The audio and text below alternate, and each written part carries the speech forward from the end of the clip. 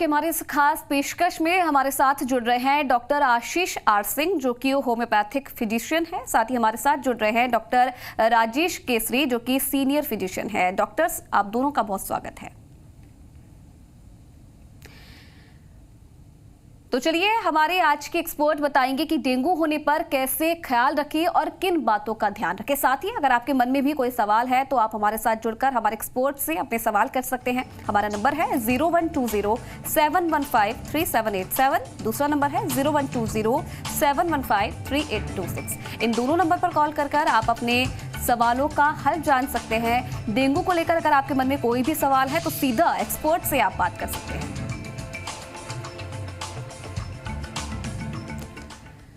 और चलिए, आज की चर्चा की शुरुआत करते हैं। डेंगू पर हम लोग बात कर रहे हैं क्योंकि लगातार डेंगू के मामले बढ़ते जा रहे हैं। चलिए डॉक्टर आशीष, आपसे शुरुआत करते हैं। डेंगू के बारे में हम लोग बात कर रहे हैं आज। सबसे पहले आपसे जानना चाहेंगे कि लक्षण आखिरकार डेंगू के क्या है, क्योंकि देखिए वायरल फीवर भी अभी चल रहा है, तो कहीं ना कहीं माना यह जा रहा है कि दोनों के जो लक्षण है वो सेम है। कैसे पहचान सकते हैं कि ये वायरल फीवर है और ये डेंगू के लक्षण है? यूजुअली फीवर होता है वो 9900 के करीब स्टार्ट होता है। डिपेंड करता है कौन वेरिएंट्स के अंदर सीधे ही हाइट ये करता है जी। क्योंकि 102 और 104 से शिवरिंग होना, ठंडा है, बॉडी पेन्स होना, आंखों में दर्द होना, सिर दर्द होना, वॉमिटिंग आ जाना, उबकाई आना, नौशिया होना, हाथों पैरों में दर्द होना, जॉइंट्स पेन होना, यूजुअली ये लक्षण होते हैं इसके। जो कॉमन वायरल है उसमें फीवर धीरे धीरे करके बढ़ेगा, लेकिन हो सकता है शिवरिंग हो, बॉडी पेन की इंटेंसिटी इतनी नहीं होती और वीकनेस होती है जी। तो ये हम जानकारी डॉक्टर ने यहाँ पर दी है कि क्या कुछ लक्षण इसके हो सकते हैं। डॉक्टर राजेश, क्योंकि डेंगू में माना जाता है कि जो प्लेटलेट्स होती है उनके सबसे बड़ा खेल उनका होता है, इसके बारे में मैं चाहूंगी कि आप हमारे दर्शकों को जानकारी दे दीजिए कि कितने प्लेटलेट्स आखिरकार होने चाहिए और अगर कम होते हैं तो कैसे इन सब चीज़ों का ध्यान रखना चाहिए। जी, आपने अच्छा सवाल पूछा, क्योंकि प्लेटलेट एक ऐसी चीज़ है जिसके पीछे डेंगू के समय में बहुत ज़्यादा तकलीफ़ होती है, मारामारी लिटरली होती है। लेकिन मैं एक चीज़ और ऐड करना चाहूँगा आपके पिछले सवाल की जी, कि डेंगू का बुखार और वायरल फीवर, आपने बिल्कुल सही कहा कि इस समय कॉमन वायरल फीवर बहुत ज़्यादा चल रहा है और दिल्ली जैसे इलाके में, नॉर्थ इंडिया में वायरल फीवर डेंगू से कहीं ज़्यादा है। लेकिन अक्सर लोग इसको कंफ्यूज कर जाते हैं और बहुत परेशान होते हैं। वायरल फीवर में भी अपने आप को सोचते हैं डेंगू का मरीज़ मानते हैं और सबको तकलीफ़ होती है। तो एक बहुत बड़ी जो अंतर होता है वायरल फीवर वगैरह और डेंगू में, कि वायरल फीवर में सर्दी ज़ुकाम ज़्यादा होता है, जिससे नाक बहुत बहने लगती है। हो सकता है डेंगू में भी ऐसा हो, लेकिन अभी खासतौर पर जो वायरल फीवर चल रहा है उसमें लोगों को कफ, कुराइज़ा, ये सब सिम्टम, गला ख़राब होना, ये बहुत ज़्यादा होते हैं, बहुत प्रोमिनेंट होते हैं। सबकी नाक बहने लगती है, सर भारी होता है, खांसी होती है, छींक आती है, गले में दर्द होता है। तो वायरल फीवर, फ्लू अभी जो चल रहा है, इसमें ये सब सिम्टम ज़्यादा होते हैं। और जब बुखार ज़्यादा बढ़ने लगता है तो शरीर में दर्द और जोड़ों में दर्द वगैरह ये हो सकता है। लेकिन जब डेंगू होता है तो टिपिकली डेंगू जब शुरू होता है तो उसमें बहुत तेज़ बुखार होता है और शरीर में बहुत तेज़ दर्द होता है, जोड़ों में दर्द होने लगता है, मांसपेशियों में दर्द होने लगता है, सर में भयंकर दर्द होता है।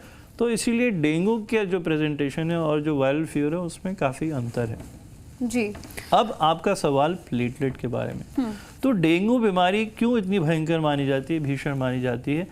उसकी कई सारी वजह हैं। उसमें से एक वजह है वो ये है कि डेंगू बीमारी के दौरान प्लेटलेट बनना कम हो जाता है। अच्छा, अब आप ये बात भी समझिए कि जो प्लेटलेट का प्रोडक्शन कम होता है बॉडी में, वो खाली डेंगू में ही नहीं होता। प्लेटलेट कम बनना बहुत सारी बीमारियों के सिम्टम होता है। उसमें से एक वायरल फीवर भी, जो कॉमन वायरल फीवर, जो फ्लू आजकल फैला है, उस फ्लू में भी अगर आप ब्लड टेस्ट करेंगे तो प्लेटलेट बनना कम हो जाता है। टाइफाइड में भी प्लेटलेट बनना कम हो जाता है, उसकी मात्रा कम हो जाती है। बहुत सारी ऐसी बीमारियाँ होती हैं जिसमें प्लेटलेट थोड़े कम बनते हैं, ऐसे ही डेंगू में भी होते हैं। तो डेंगू में ये होता है कि प्लेटलेट काफ़ी कम मात्रा में पहुंच जाते हैं। तो इससे नुकसान किसको हो सकता है? इससे नुकसान उनको हो सकता है जैसे जिनके प्लेट में अल्सर हो या जिनको पाइल्स की प्रॉब्लम हो, जिनके शरीर में कहीं से भी ब्लीडिंग हो। हमारे शरीर की बनावट ऐसी है कि खून की नली कहीं फूट नहीं सकती, उससे कहीं लीकेज नहीं हो सकती, क्योंकि वो जो खून बहने की जो प्रक्रिया है उसकी रोकथाम के लिए एक सिस्टम बना है। उस सिस्टम में प्लेटलेट जो हैं बहुत अहम भूमिका निभाते हैं। प्लेटलेट जो हैं मान लीजिए अजीब होते हैं और वो चक्के चक्के से प्लेट होती है, उसको प्लेटलेट बोलते हैं। वो प्लेट जैसे होते हैं, छोटे छोटे होते हैं, वो एक साथ मिलके एक मोटी सी परत बना लेते हैं, एक थाली बना लेते हैं। तो जहाँ खून की नली में छेद होता है वहाँ पे जाके उसको रोक देते हैं कि खून वहाँ से बहे ना। तो अगर इनकी मात्रा कम हो जाए तो वो खून का रिसाव या बहाव रोकना मुश्किल हो जाता है। इसीलिए प्लेटलेट की कमी जो है उसकी वजह से नुकसान हो सकता है, उसकी वजह से ब्लीडिंग हो सकती है और कुछ नहीं। अगर कहीं शरीर में चोट लग जाए, कट जाए, कभी किसी के होंठ फट जाए, या पेट में अक्सर लोगों को अल्सर होता है जिसमें खून का रिसाव थोड़ा थोड़ा होता रहता है, तो प्लेटलेट होने की वजह से वो रिसाव तुरंत बंद हो जाता है। जब प्लेटलेट कम होता है ऐसी जगह से रिसाव ज़्यादा होता है, जैसे पाइल्स है, लोगों को मोशन पास करते समय ब्लीडिंग होती है, तो प्लेटलेट कम होने से वो ब्लीडिंग ज़्यादा हो सकती है, कॉन्टीन्यूस हो सकती है। तो ख़ास तौर पे ऐसे लोगों को जिनको ऐसी कोई बीमारी है, ऐसी अवस्था है जिसमें ब्लीडिंग ज़्यादा होती है, उन लोगों को बहुत ध्यान रखना है। उन लोगों के अंदर प्लेटलेट कम होने से प्रॉब्लम हो सकती है जी। अब ये समझिए कि डेंगू बीमारी अपने आप ठीक होती है। ऐसा नहीं कि हम कोई दवाई दे दें, कोई इंजेक्शन दे दें, कोई बोतल चढ़ा दें तो डेंगू ठीक हो जाएगा, नहीं। डेंगू अपने आप ही 2-3-4 दिन में ज़्यादा ठीक हो जाता है। उसमें ये होता है कि शुरुआत में जब बुखार वगैरह होता है, बुखार वगैरह जब ठीक होने लगता है, उसके बाद प्लेटलेट कम होने लगता है। फिर 1-2 दिन तक प्लेटलेट सबसे कम होता है। तब तक शरीर प्लेटलेट कम क्यों होता है? प्लेटलेट कम इसलिए होता है कि शरीर जो है डेंगू के वायरस से, शरीर का जो इम्यून सिस्टम है, जिसके बारे में हमने कोविड में इतना सुन लिया है, अब तो सबको पता होगा कि इम्यून सिस्टम होता है, वो इम्यून सिस्टम जो है बहुत तेज़ी से मुकाबला कर रहा है, डेंगू वायरस को मार रहा है, उसको ख़त्म कर रहा है। तो इस मुठभेड़ में कुछ टॉक्सिन जैसी चीज़ें पैदा होती हैं। तो जो टॉक्सिन पैदा होती हैं वो माइलोसप्रेशन करती है, मतलब हमारी जहाँ से खून बन रहा है, जहाँ सारे प्रकार के खून के जो हैं बन रहे हैं, WBC, प्लेटलेट, RBC, जहाँ से बन रहे हैं, उन सब पे दबाव डालती है, वो सही से काम नहीं कर पाते, इसीलिए प्लेटलेट भी कम बनते हैं। तो जैसे बीमारी ठीक हो जाती है, प्लेटलेट, WBC सब दोबारा बनने लगते हैं। तो ये 1-2 दिन का समय है जब वो टॉक्सिसिटी बॉडी में होती है, जब शरीर बीमारी से लड़ाई कर रहा है, और जैसे ही शरीर बीमारी को दबा देता है वैसे ही सब चीज़ें अपने आप धीरे धीरे ठीक हो जाती हैं। जी। डॉक्टर आशीष, आपके पास आना चाहूंगी, क्योंकि देखिए कई राज्यों में जो स्थिति है वो बहुत ही खतरनाक अब होती जा रही है। अस्पतालों में बेड फुल हो गए हैं। शहरों से कहीं ना कहीं अब ग्रामीण क्षेत्रों तक जो डेंगू का असर अब दिखने लगा है, लोग ज़्यादा पैनिक होने लगे हैं।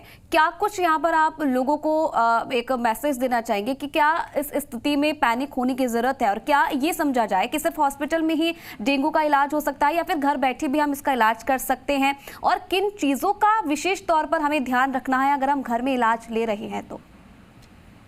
देखिए, बेसिक सी चीज तो इतनी है कि प्रॉपर हाइजीन मेंटेन करिए। अगर आपके आसपास कहीं पानी इकट्ठा हुआ है उसको हटाइए, फुल स्लीव से कपड़े पहनिए, अपने आप को कवर करके रखिए।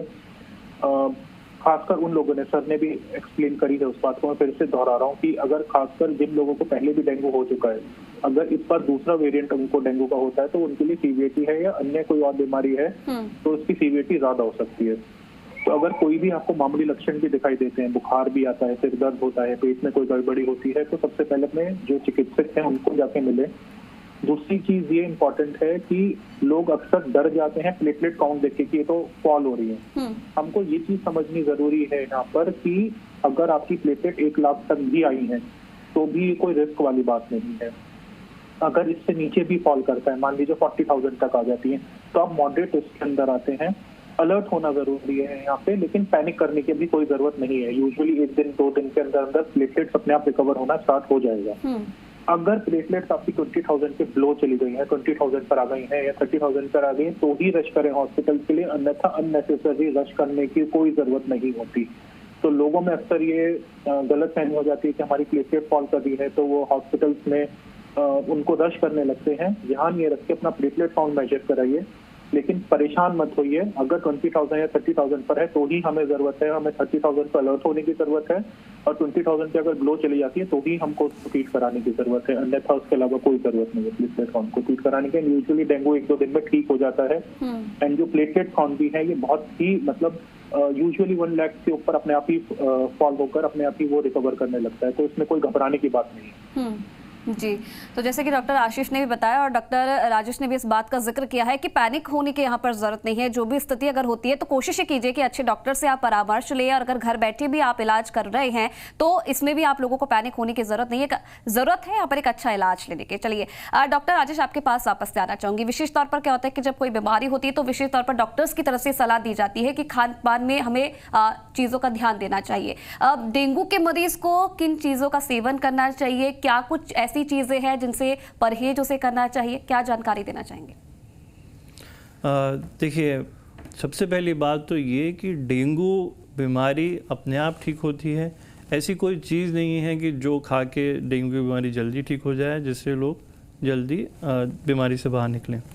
अब सबसे बड़ी खान पान में क्या हमें एहतियात बरतनी चाहिए? अक्सर लोग जो हैं बहुत सारी ऐसी चीज़ें लेने शुरू कर देते हैं। उनको लगता है कि ये लेके प्लेटलेट बढ़ जाएगा। मैं उसका नाम नहीं लूँगा। किसी का दूध, बकरी का दूध या कुछ काढ़े जैसी चीज़ें, पत्तियाँ उबाल के और ये सब वो सब लेते हैं कि लोग इस भ्रम में रहते हैं कि ये करने से जो हमारे प्लेटलेट ज़्यादा बढ़ेंगे तो हम जल्दी ठीक हो जाएंगे। अक्सर कई बार हमने देखा है कि जो डेंगू के पेशेंट्स को कॉम्प्लिकेशन होती हैं वो जो सही उपचार होता है उससे नहीं होती। जो ये लोग इस प्रकार की चीज़ें लेने लगते हैं क्योंकि बकरी का दूध पिएंगे, एक तो हम उसको वैसे ही हजम नहीं कर पाते। ऐसे हमने पिछले से 2-3 साल पहले बहुत सारे मरीज़ों के साथ देखा कि अचानक डेंगू का जब हम इलाज कर रहे थे, जब मरीज़ ठीक हो रहे थे तो उनको जो है कुछ और बीमारियां हो गई। तो शुरू में हमें समझ में नहीं आया कि ये क्या हुआ, लेकिन जब बार बार पूछा तो समझ में आया। तो पता चला कि वो दूध ला के पिलाते थे और दूध इतनी दूर से आता था, वो दूध भी ख़राब हो जाता था और उस दूध को तो हम नॉर्मल लोग भी नहीं पचा पाते, तो उनको लूज़ मोशन शुरू हो गए। हालांकि डेंगू की बीमारी में भी लूज़ मोशन होते हैं, लेकिन वो बहुत माइल्ड होते हैं, अपने आप 1-2 बार होते हैं, ठीक हो जाते हैं। लेकिन बहुत सारी समस्या बीमारी में इलाज से होती है, और वो इलाज वो है जो लोग खुद करते हैं, इस प्रकार के इलाज करते हैं। तो मेरा सबसे निवेदन है कि ऐसे इलाज मत करिए, क्योंकि उन इलाजों का कोई फ़ायदा नहीं होता। डेंगू बीमारी अपने आप ठीक हो जाती है।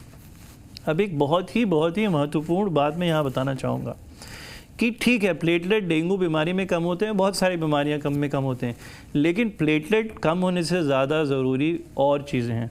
तो डेंगू के मरीज़ का उसका इलाज डॉक्टर को करने दें, खुद ना करें, और प्लेटलेट पे ना जाएं कि सुबह प्लेटलेट चेक कराएं, शाम को प्लेटलेट चेक कराएं। जब डॉक्टर किसी मरीज़ का इलाज करते हैं बहुत सारी चीज़ें देखते हैं, वो पूरे ब्लड की रिपोर्ट देखते हैं, उस पर प्लेटलेट किस प्रकार के हैं, उनका साइज़ कितना है, और सेल कितने हैं, WBC कितने हैं, PCV कितना है। तो बहुत सारी चीज़ें होती हैं जो देख के डॉक्टर मरीज़ का इलाज करते हैं। डेंगू में कुछ चीज़ें होती हैं, उसको हम बोलते हैं रेड फ्लैग। खाली प्लेटलेट कम होने या बढ़ने से ज़्यादा ज़रूरी है पेशेंट की कंडीशन। ख़ास तौर पे अभी जो डेंगू चल रहा है उसमें ऐसा होता है कभी कभी मरीज़ का ब्लड प्रेशर बहुत कम होने लगता है, उसको बढ़ाना ज़रूरी होता है। तो अगर आप खाली प्लेटलेट देख के निश्चिंत हो जाएंगे कि भाई ये प्लेटलेट तो मरीज़ का ठीक है, चलो घर पे रहते हैं, कुछ नहीं करते, तो उससे आप मरीज़ का अक्सर ज़्यादा नुकसान कर सकते हैं। तो अगर थोड़ी भी आशंका है, डॉक्टर को दिखाइए। बहुत सारी चीज़ें देखनी होती हैं, कहीं लाल लाल निशान तो नहीं पड़ रहे, बहुत ज़्यादा कमज़ोरी तो नहीं हो रही, जीभ तो नहीं सूख रही, तो बहुत सारी चीज़ें। हालांकि प्लेटलेट नॉर्मल होते हैं, उसके बावजूद लोगों को डेंगू की वजह से समस्या और गंभीर समस्या हो सकती है, उनको अस्पताल में भर्ती कराने की आवश्यकता हो सकती है। तो अगर किसी को मरीज़ को बुखार है, तेज़ बुखार है, आपको पता चल गया है कि उनको डेंगू है, तो आप डॉक्टर के पास ले जाइए, चिकित्सक के पास ले जाइए, उनसे इलाज कराइए। वो जो जांच करने को कहते हैं वो करिए, अगर वो भर्ती करने को कहते हैं तो भर्ती भी करिए, क्योंकि डेंगू में प्लेटलेट ही एकमात्र इम्पॉर्टेंट नहीं होते। प्लेटलेट के अलावा बहुत सारी चीज़ें होती हैं जो प्लेटलेट से ज़्यादा इम्पॉर्टेंट होती हैं, जो एक साधारण व्यक्ति को समझना बहुत मुश्किल होगा। और ख़ुद से ऐसे इलाज मत करिए, क्योंकि अक्सर मरीज़ को समस्या डॉक्टरी इलाज से नहीं होती। जो लोग खुद इलाज करने लगते हैं, अलग अलग तरह की चीज़ें, ख़ासतौर पे आजकल इंटरनेट पे, व्हाट्सएप ग्रुप में बहुत सारी चीज़ें आती हैं, जब लोग ये सब चीज़ें अपने ऊपर आजमाने लगते हैं तो फिर उससे ज़्यादा नुकसान होता है।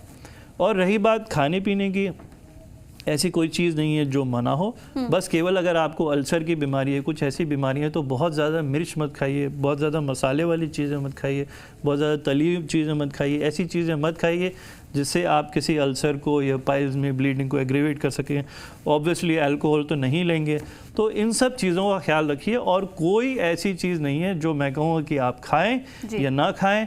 जो नॉर्मल खाना खा सकते हैं खाएं। अगर डेंगू की बीमारी है तो शुरुआत के समय भूख बहुत कम लगती है, खाना वैसे ही मुश्किल होता है। एक बात का ध्यान रखें कि प्रॉपर हाइड्रेशन रखें, पानी पिएं, नारियल पानी पिएं, जूस पिएं। अच्छा, इसमें एक बात का ध्यान बहुत ज़्यादा ये रखना है कि जो भी आप लें घर का साफ़ सुथरा शुद्ध लें।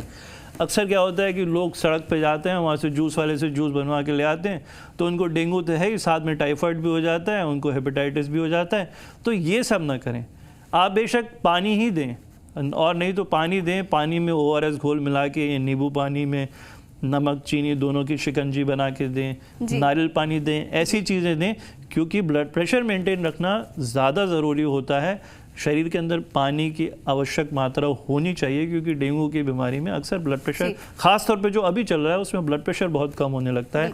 प्रोटीन दें, प्रोटीन पाउडर मिलता है वो दें, अंडे की सफ़ेदी होती है वो दें, पनीर दें, ऐसी चीज़ें लाभकारी होती हैं। चलिए, कहीं ना कहीं डॉक्टर का ये कहना है कि परहेज जरूरी नहीं है कि हमें करना है। कोशिश कीजिए कि साफ सफाई रखकर आप कुछ भी चीज़ खा रहे हो, बाहर का ज़्यादा ना खा रहे हो, ताकि ये जो डेंगू है वो बढ़े ना। चलिए डॉक्टर साहब, कॉलर्स की तरफ चलते हैं। कॉलर्स भी लगातार हमारे साथ जुड़ रहे हैं। पहले कॉलर को लेते हैं। जी, क्या नाम है आपका और कहाँ से बोल रहे हैं?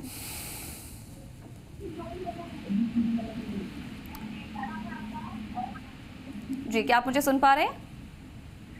हाँ जी, क्या पूछना चाहते हैं आप? नागौर से बोल रहे हैं, बरकत खान। हाँ जी, आप बोलिए। आप कोशिश कीजिए जो आपके टीवी का वॉल्यूम है, कोशिश कीजिए जो आपके टीवी का वॉल्यूम है उसे आप प्लीज कम कर दीजिए, क्योंकि आपकी बात डॉक्टर अच्छे से समझ पाए।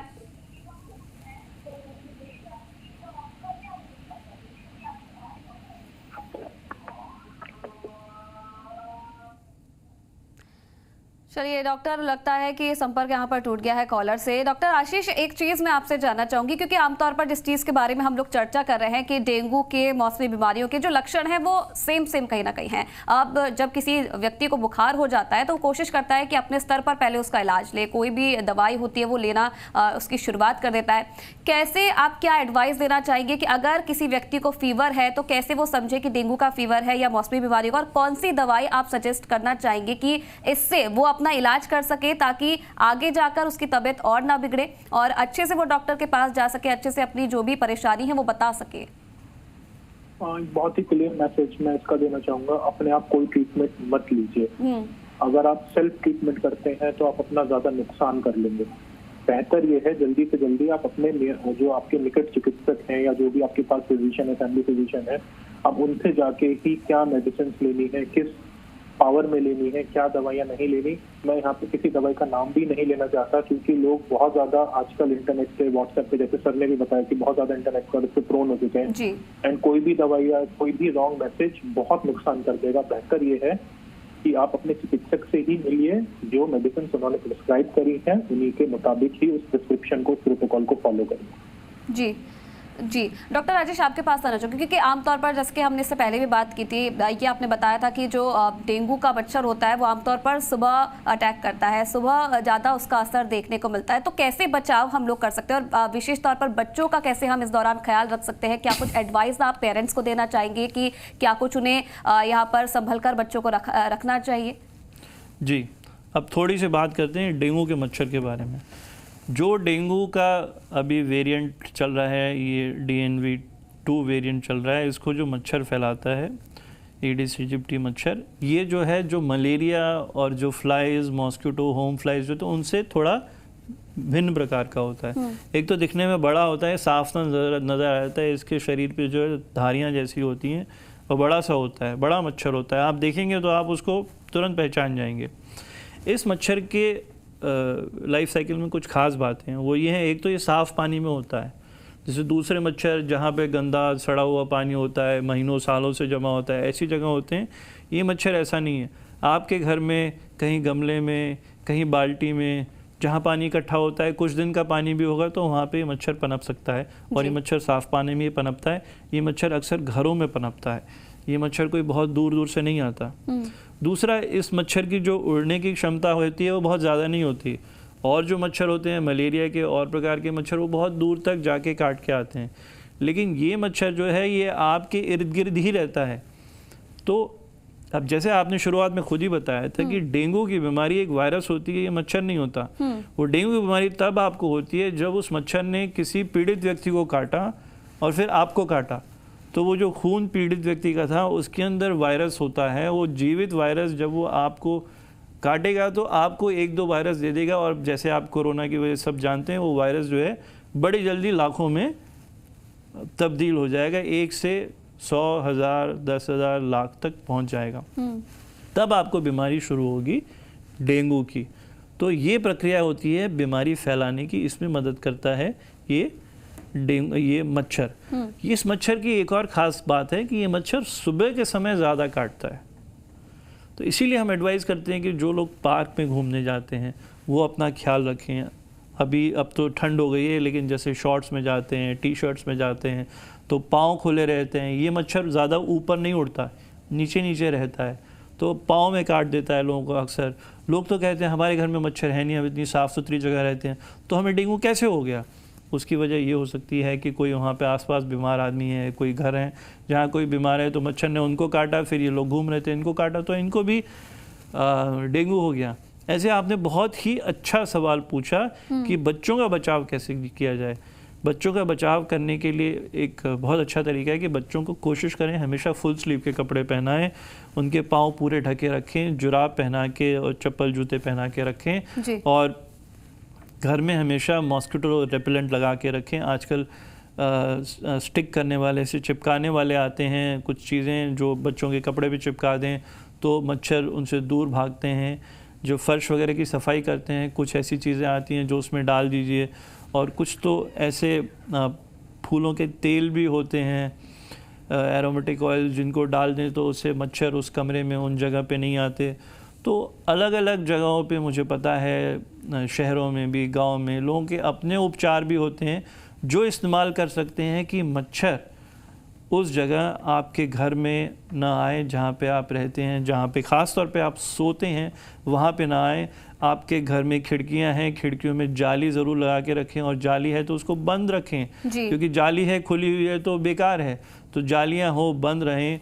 या फिर अगर आप मच्छरदानी लगाते हैं तो मच्छरदानी लगा के सोएं, और ध्यान रखें कि जब आप सुबह निकलते हैं, दिन में भी निकलते हैं, तो कोशिश करें पूरी बाह के कपड़े पहने, पाँव भी ढक के रखें, जुराबें पहन के रखें कि मच्छर आपको कहीं ना काटे।